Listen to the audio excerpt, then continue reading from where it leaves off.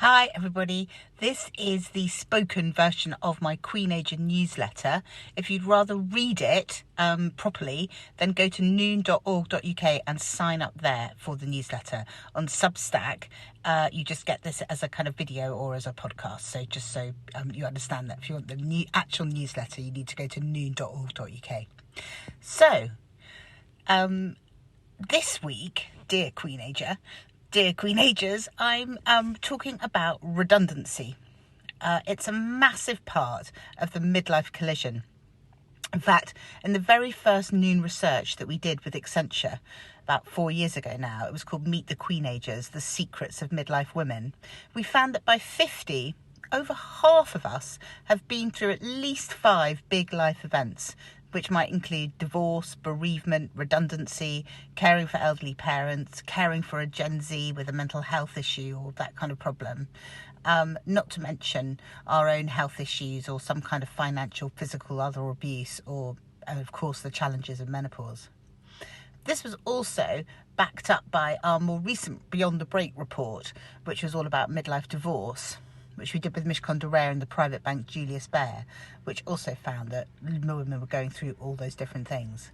However, I want to talk about redundancy particularly today, because I think it's really important to talk about stories about redundancy, because so many people don't.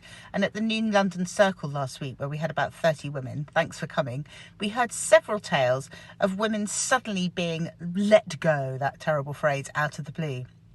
It's always horrid, and thanks to you ladies for being brave and talking about it. You'd be amazed, actually, at how many senior women have been whacked, as I call it, but never talk about it, camouflaging what happened to them by announcing a new job or life stage without ever admitting that perhaps it wasn't actually their call. But I'm a big believer that we have to lance the shame around redundancy. It really does happen to the best people. It really happens to everybody. And while at the time it can feel like the worst thing in the world, it certainly did to me, in the long run, it might just be the best. And yes, I know it doesn't feel like that when it first happens and everyone's saying it'll be all right. But, you know, it really could be a good thing in the long run. And it really does happen to the best of us. Now, as many of you who've read my book will be aware, this is actually personal to me, this redundancy thing. I set up Noon after I was made redundant exactly 6 years ago this month. It actually happened pretty well on International Women's Day. Ooh, the irony. Telling my redundancy tale, I was talking about it last week on a Pension Bee podcast. And of course, they've used the grittiest clip of me talking about being whacked and promoted it all over the internet. I confess that redundancy experience still makes me cringe a bit. When I see those clips, it's a bit like, eek! It's like the remnants of a scar. It's numb now, but golly, it hurt at the time. And I really, really haven't forgotten that. There's a little clip here from the Pension Bee podcast if you'd like to see me talking about what it was like. But anyway, for me, the redundancy really came out of the blue. I thought I was popping up to see the new boss to talk about my plans for the next new months. But when I got to her office, she was sitting with the head of HR, and there was the absolute signifier, the box of tissues on the table between them. Yep, it was that meeting. It was my work death day. It's a bit like the novel One Day, I don't know if you've read that, where they keep going back to St. Swithin's Day over about 25 years in this couple's relationship, and which, of course, spoiler alert if you haven't seen the film, is actually the day the heroine dies. So anyway, I was talking about that because actually that day is lurking for all of us in our work careers. So rather than believing that jobs love us back, they don't, despite the rubbish that companies spin about their loyalty to employees. Remember, the only people we are ever really irreplaceable to are our families. The graveyards are full of once essential CEOs, ministers, politicians, editors, doctors. You know, we're never too, you're never too big to not fail. And at some point, if we're an employee, we become a number which is too big on somebody else's spreadsheet. And all the evenings, weekends, or personal occasions we sacrifice to do the job are completely forgotten, and we're out in some kind of cost-cutting exercise. So it's important to remember that when we're grinding as a cog in someone else's machine. We're never really, that important to them. My job had been the majority of my life. I'd been there for 23 years. And of course, my identity was so wound up in that job. I'd been there the whole time from being a young gun to hitting 50. And when I lost my big job, I felt like a part of me had died. That company gal was no more. It was humiliating and public, and I had no idea who I was or what I was going to do in the aftermath. And that's why I set up Noon, because I didn't want any other woman who was whacked at 50 to feel as lost and lonely as I did then.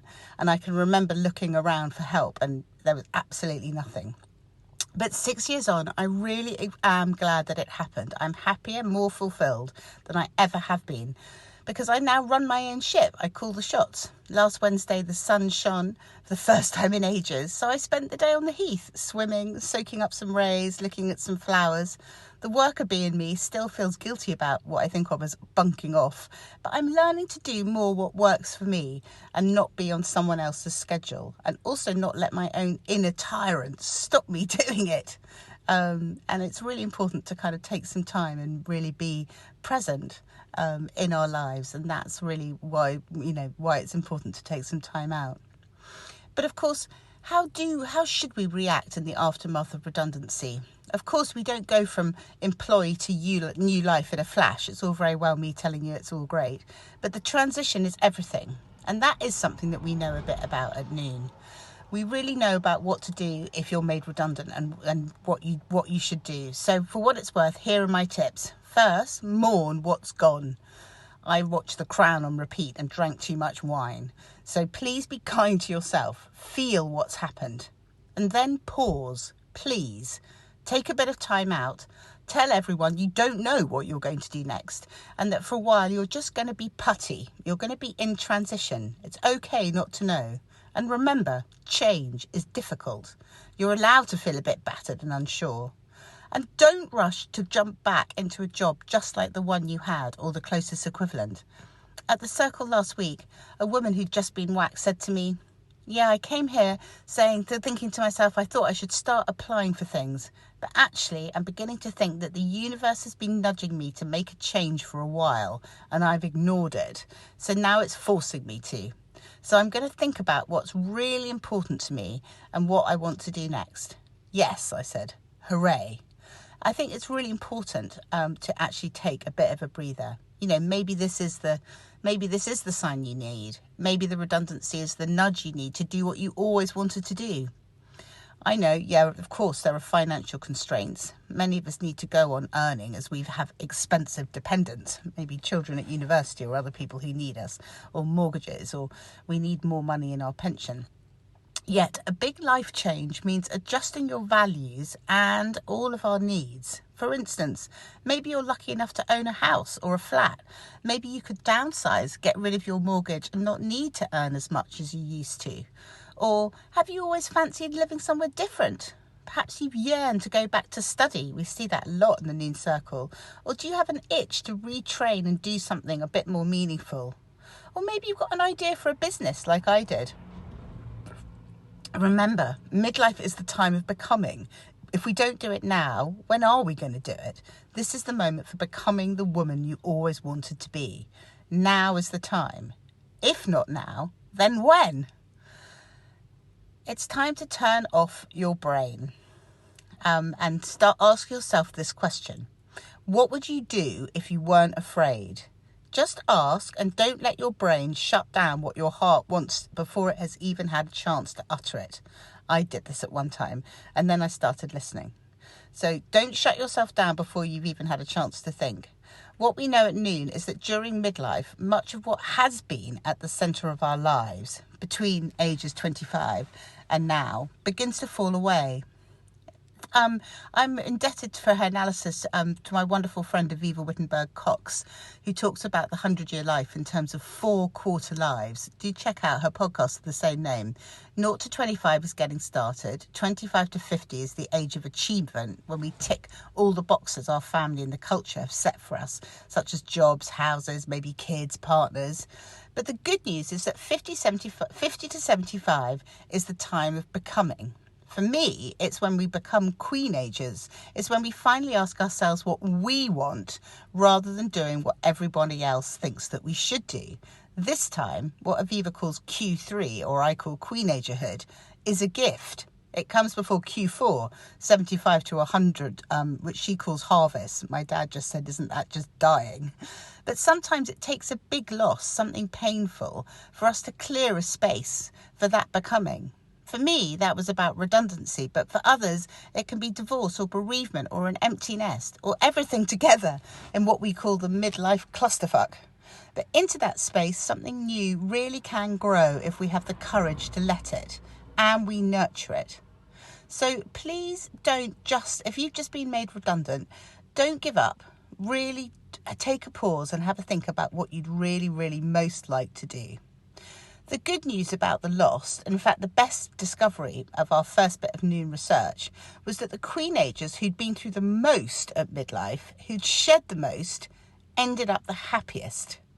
I know that's interesting to think about, isn't it? But they'd shed all the things that no longer served them, and they went on to create lives that were resonant, by which I mean they matched on the outside how they felt on the inside. So yes, redundancy in midlife is horrid, humiliating, scary, all those things. But like those other transitions, it can also be, in the long term, a bit of a gift. Anyway, if you're having a tricky transition, we're running a webinar the week after next with me and a woman called Claire Lyons-Collins, who's CEO of something called We Pivot. And was head of transformation in the NHS and an occupational therapist. And we're going to be running a webinar on March the 11th at 12:30 p.m. online. You can register here, have a look in the newsletter. And you could send in your questions to me beforehand so that we can discuss them, mark them transition. And you might want to watch that clip above of me talking about my own whacking. I eventually embraced and moved on from that devastating redundancy. And you can embrace and move on from yours too. Tell me your story by emailing me on eleanor@noon.org.uk. And if you're in that state now, I'm sending you lots of love. And if you know someone else who might need this newsletter, do please pass it on. And also coming up this week, we've got circles in Bristol, in Guildford. We've got an online divorce support group on 4th of March, and an online members circle and circles in Cheshire, a writing circle. Do check out the website for all the amazing things that are going on at Noon.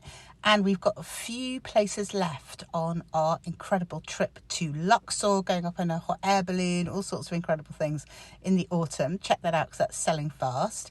And we've also got some places at our one-day retreats at Wasing. So do have a look at noon.org.uk and have a look at all the events and retreats because I'd really like to see you. Thank you so much for spending this time with me, whether you're listening or watching. If you're watching, yes, I'm in my car. I'm on the way to spend the weekend with some friends. And actually, the weather has suddenly got a bit nicer, so I was taking the opportunity to do this in the light. So have a wonderful weekend wherever you are, and thanks so much for listening and spending this time with me. All the best. Bye.